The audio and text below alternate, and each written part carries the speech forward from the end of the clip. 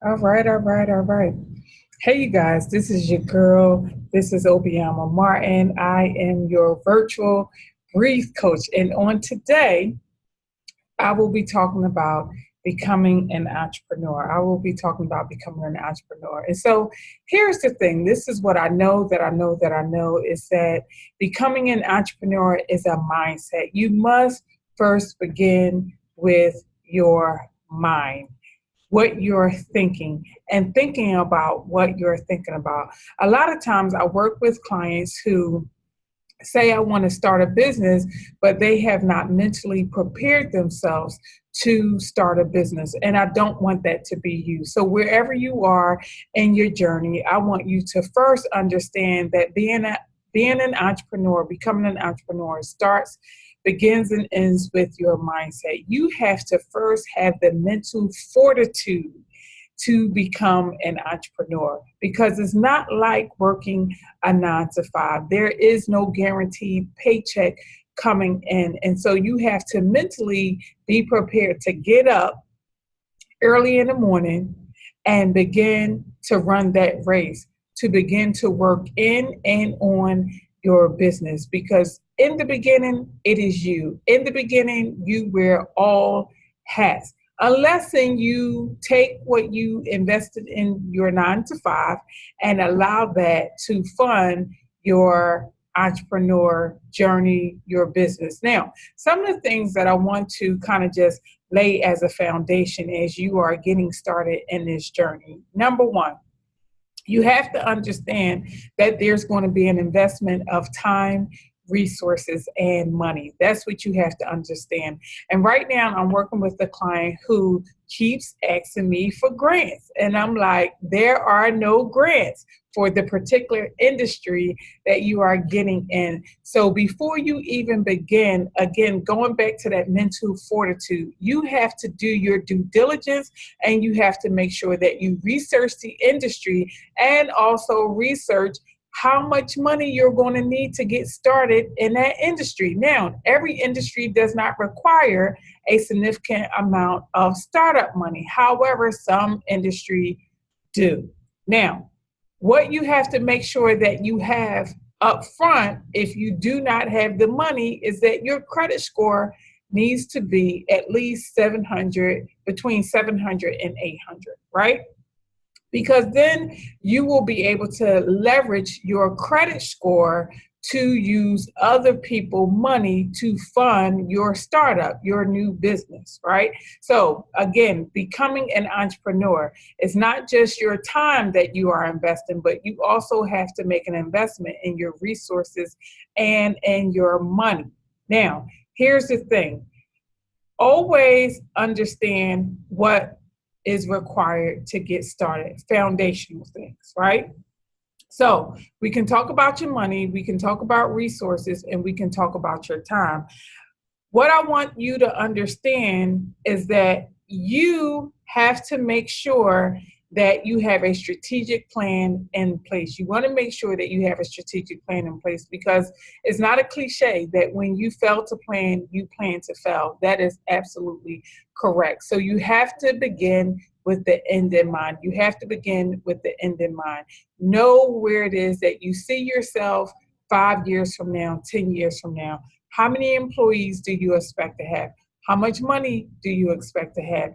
What is the difference between the money that's required for you to succeed in business and the money that's required for you to take care of you and yours? Who is you and yours? You, your children, your household, whoever you are responsible for taking care of, okay? So there are some foundational things that you need to make sure that you have in place. The next thing you need to make sure that you have in place is understanding what it is that you need to do in order to renew your mind. You want to make sure that you are renewing your mind, understanding people, understanding prospects, understanding places, understanding your position, understanding your purpose. All of those P's are very important when it comes to renewing your mind. Based on your experience at your job or experience in life is going to determine what you bring into this new entrepreneur journey.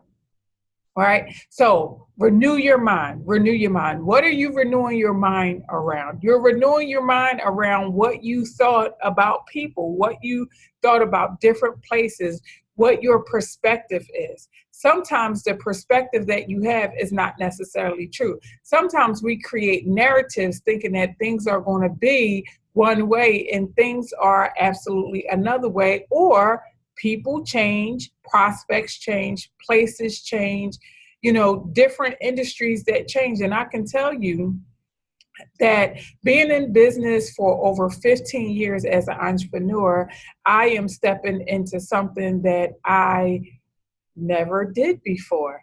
I am opening up a safe house under my nonprofit organization for battered women with children and teen parents. And so while there were some things that I absolutely knew because I was a battered wife as well as a teen parent, all the things that I thought that I knew in terms of the business aspect of it, I did not know. So I've had to begin to renew my mind. I actually need to go to school and learn some things, take a few courses as it relates to trauma. Now, I already have a background in trauma. I actually have already been trained in trauma, but there are different aspects to trauma.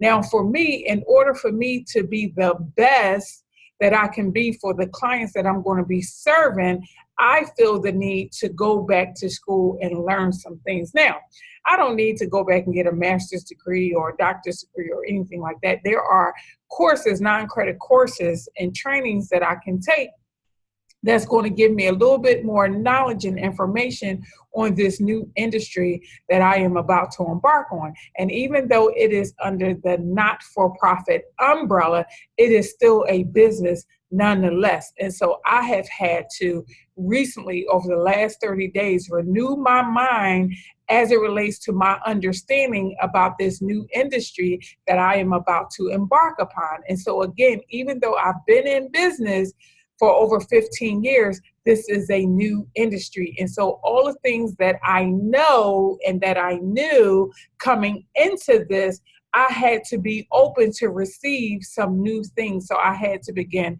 to renew my mind. And so that is something that I want you to really open up to. You have to be open to understand that you may come into something knowing a certain amount of information and knowledge, but you are not yet the expert. You are not yet the expert.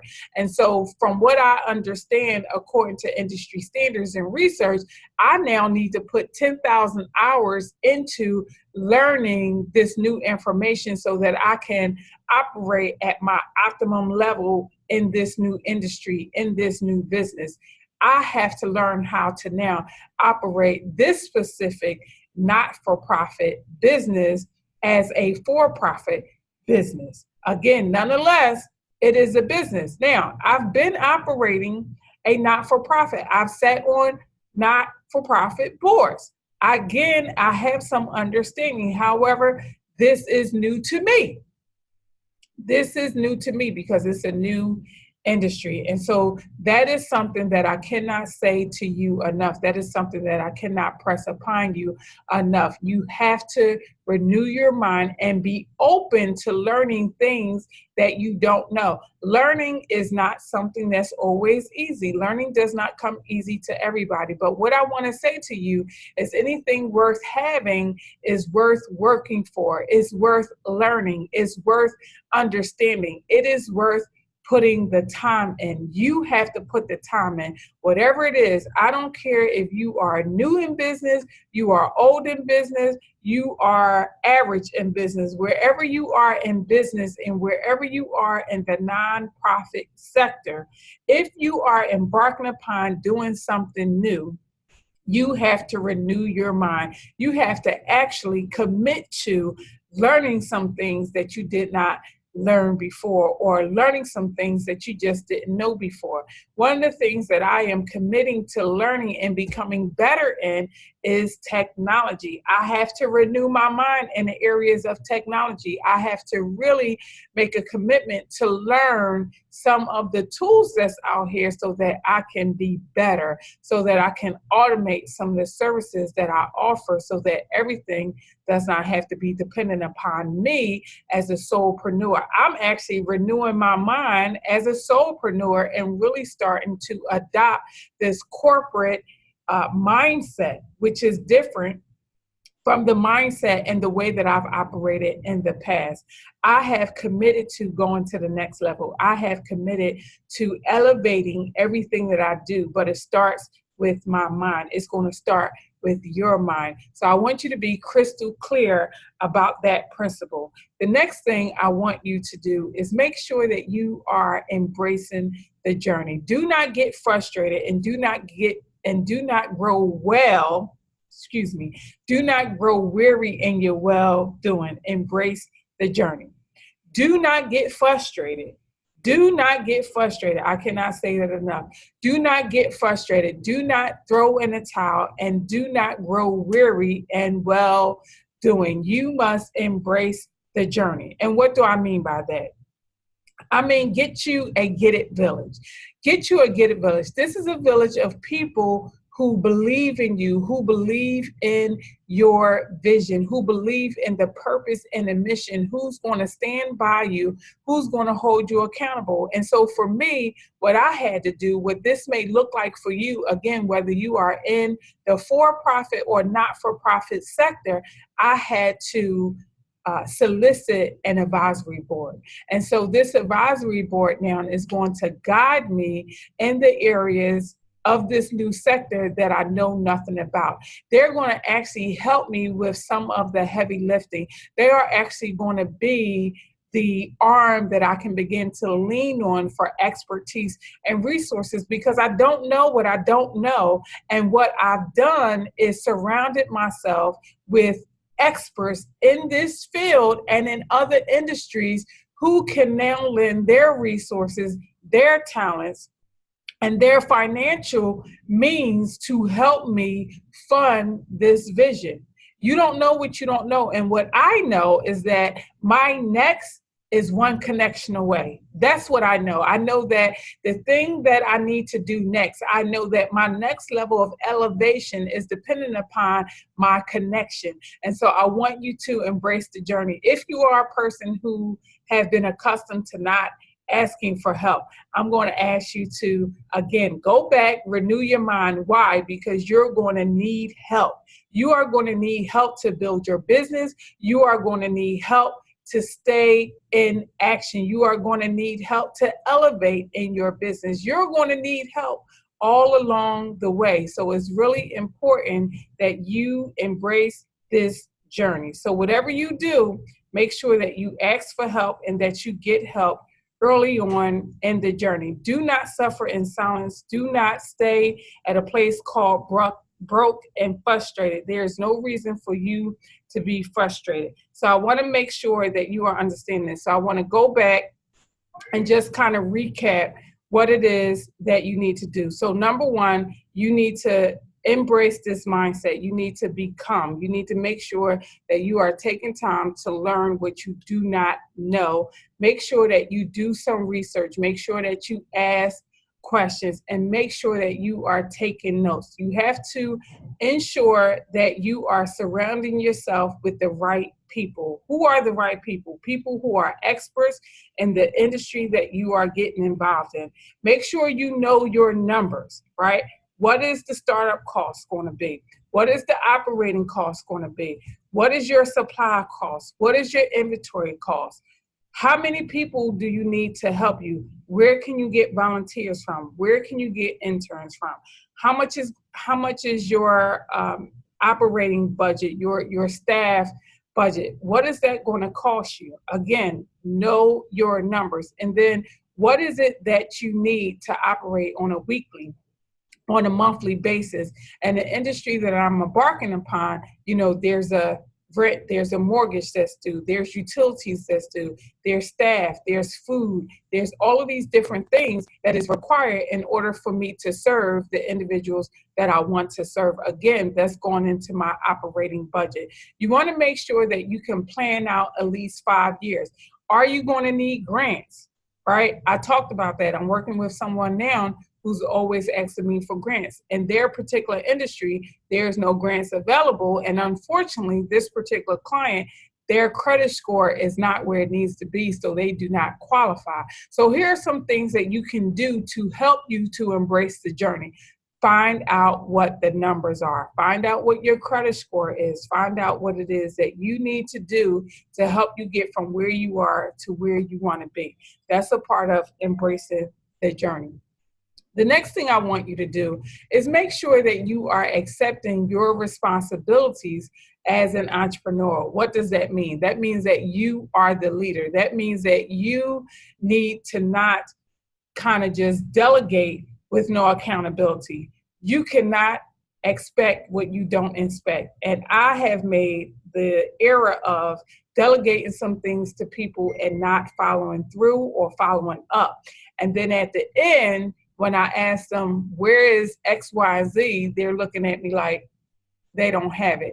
And so while I can be mad, but getting mad is not going to change the outcome. Getting mad is not going to change the fact that I did not follow through, follow up, and hold the people that I delegated a specific task to accountable to getting it done. So you want to make sure that as the leader, as the entrepreneur, that you are taking responsibility for what it is you are supposed to do and the people that are underneath you. Remember this, as the leader, people are going to do what you do, not what you say. And leadership starts at the top.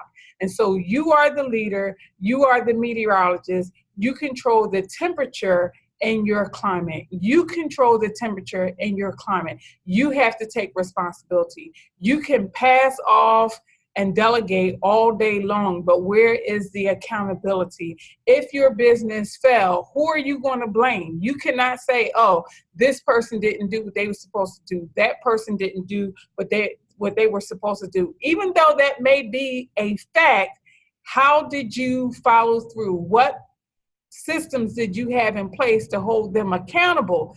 Did you have a task list? Did you check in with them? Did you meet with them on a regular basis? How was your communication skills? Again, I have a client who business went to the left because of a lack of communication skills. They failed to communicate with their staff on a regular basis. And you want to make sure that you are communicating with your staff, the people that are in position, the people who are responsible for leading your organization. You want to make sure that you are checking in and physically meeting with them or verbally meeting with them on a regular basis. Do you have a task list? What are the things that they need to get completed on a regular basis, on a weekly basis? What are you doing to ensure that those timelines and those deadlines are being made? So again, you have to take responsibility as an entrepreneur for the success and also the failures that happen in your business, because at the end of the day, everything is in your name and everything is under your name, right? Never forget that. You are the leader. It's your business, right? The next thing that I want you to do is make sure that you're always taking action and staying in action. What does that mean? That means, again, your follow-through game has to be 100. Your follow-through game has to be 100. If there is something that has to get done and you pay somebody else to do it and they didn't do it, you can't say, oh, well, I lost out on that opportunity. You have to figure out how to still get it done. It's called the cost of tuition. I've lost so much money. I've lost thousands and thousands of dollars, as a matter of fact, of paying people to do things that they did not do. And at the end of the day, I still needed it done. I could have allowed that snare, that hiccup, to prevent me from still doing what I needed to do. But I said, no, failure is not an option. I lost that money, but I did not lose the opportunity. And so what did I do? I took action and I stayed in action and I continued on with the vision to make it happen. Why? Because at the end of the day, it's my business. At the end of the day, people are expecting me to produce. They are expecting me to give them the product or the service that I promised them. And at the end of the day, I cannot tell my customer, oh, I'm sorry, I can't fulfill your order because my employee dropped the ball. It doesn't work that way.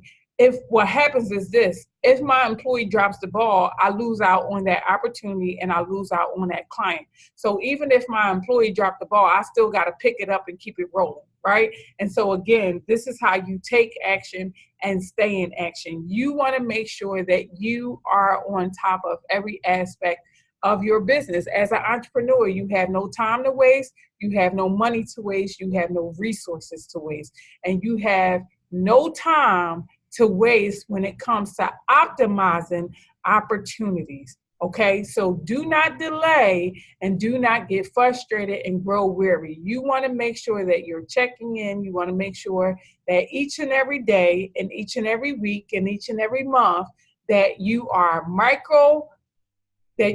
into the micro and that you are into the macro. And what does that mean? You are into the details. You have the big picture, but you also have the details. And the details is where you need to be when it comes to staying in action. Know your numbers. How many customers do you need to serve so that you are meeting that maximum number so that you can continue to operate, so that you can continue to pay the bills that need to be paid at the end of each week and at the end of each month? Again, you have to be accountable. You have to be accountable. The next point, help, sow, and grow. Oh, I love this. This is my favorite. Help, sow, and grow. What does that mean? That means that you need to always be in servitude and in service. How are you helping somebody else? How are you sowing your time and your resources to help somebody else grow? Because what I know is this, is that what you sow, you will reap. And if you are not sowing anything, there is no harvest for you. There is no room or opportunity for you to grow and then also reap. And so you want to make sure that as an entrepreneur, as a business owner, as a leader, that you are always looking for opportunities to help. It doesn't mean that you can't take a break. It doesn't mean that people are not going to help you. But as the leader, you always want to be looking for opportunities to help somebody else. So then when you are in need, people are willing to help you. I really believe that principle, and that's one of the ways that I grow. That's one of the ways that I stay on top. So then when I ask for help, people are always raising their hand and willing to help me. Why? Because they always see me helping. They always see me sowing, and they always see me developing my resources, because that's how I grow. So you want to make sure that you develop this model, that you invest in this model and incorporate this model into your business. Help, sow, grow. Help, sow, grow. Also, the other thing I want to tell you is this, that when you are helping somebody else grow their business, you are also learning and growing also as an individual and as an entrepreneur. What are you growing? What are you sowing? And how are you helping? Number one, the benefits of doing those three is that you're going to get connected to other people. You're going to learn from somebody else's skill set. You're going to learn from somebody else's knowledge if you are open to learning. You always want to look for opportunities to help, sow, and grow. Help, sow, and grow, because you don't know what you don't know. And I'm telling you, I am in positions where I'm interacting with people each and every day, and I stay open to opportunities to help. I don't care if there are events that I've paid to attend. If I see that there's chaos, if I see that there's no organization, if I see that there is confusion, the first thing I do when I arrive, I scan the environment. I look to see where there's an opportunity for me to help, where there's an opportunity for me to sow, and where there's an opportunity to grow. Now, I don't go in and I take over. I don't do that. But the first thing I do is ask, how can I help you? How can I help you?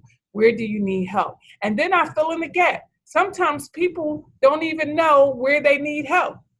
So what I do is I fill in the gap. So again, what am I saying to you? You want to assess the environment. When you go different places, you want to assess the environment, even if it's an event, especially if it's a friend, right? A lot of times I'll go to different friends, events, or different places. And again, when I see that there is a need, I automatically jump in to help, sow my time, sow my resources, sow my expertise. I saw someone a few months ago, post an event, and this was her first event.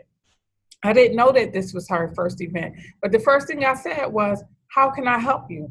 I have plenty of experience in event planning. I have plenty of experience in setting up events and in networking. How can I help you? At the time, she didn't know that she needed help. And in the end, I end up speaking at her event on her platform because I said, how can I help? You don't know what the return is going to be, but I'm challenging you that when you show up to serve, show up to help, to sow, because that is how you're going to grow. And then the last thing that I want to tell you is this. You want to make sure that you're constantly evolving.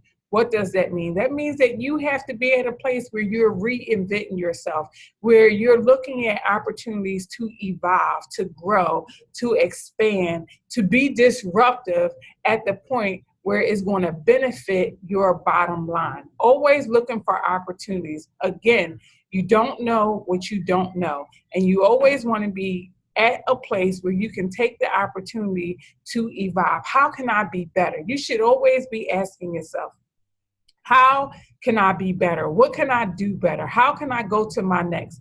How can I elevate? What is it that I need to do so that I can get from where I am to where I need to be? Who do I need to meet? What conference do I need to attend? What do I need to invest in? What technology do I need to invest in? What apps do I need to invest in? What staff do I need to invest in? This is how you evolve. This is how you become better. This is how you grow.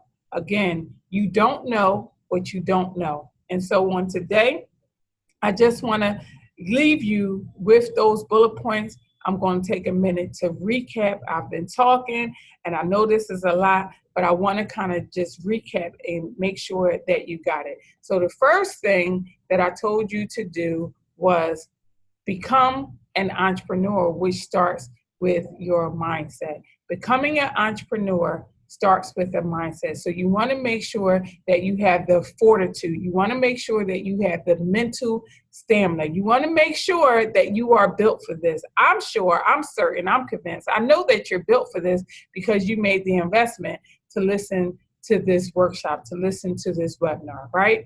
But you have to do more than that. You have to renew your mind. You have to constantly be reading. You have to constantly make sure that you are at a place where your mind is open and you are open to new ideas, new opportunities, new information. Why? Because you don't know what you don't know until you don't know. And regardless of what your past experience has been with people, places, things, and business, when you are embarking upon something new to you, where you are the entrepreneur, where people are depending on you to show up, you have to make sure that you are showing up, and you're showing up as the expert.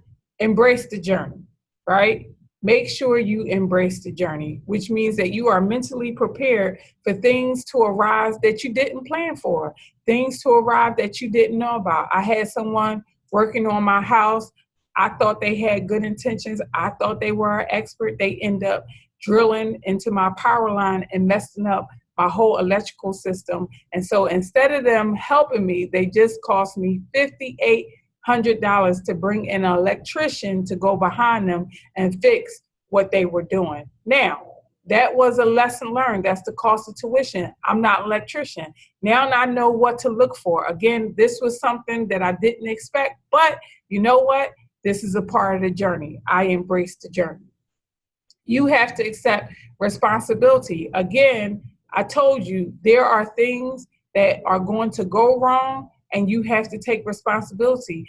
If I had been in the house watching the contractors as I should have been, but I trusted them, which I shouldn't have. I should have been inspecting their work along the way. I didn't. And as a result, it cost me $5,800, right? I have to take responsibility for that. There's a responsibility that they have to take. However, at the end of the day, I have to take responsibility because I didn't show up the way that I should have, and I didn't hold them accountable, right? Take action, stay in action, help sow and grow, and then I want you to evolve. So this has been your Breathe Nuggets for this broadcast. Again, I always thank you for the opportunity to pour into you. Remember to help, sow, grow, and this is how you continue to breathe in your business as an entrepreneur. And so that is my time. This has been your Breathe moment. My name is Obioma Martin, and I will see you on the next broadcast.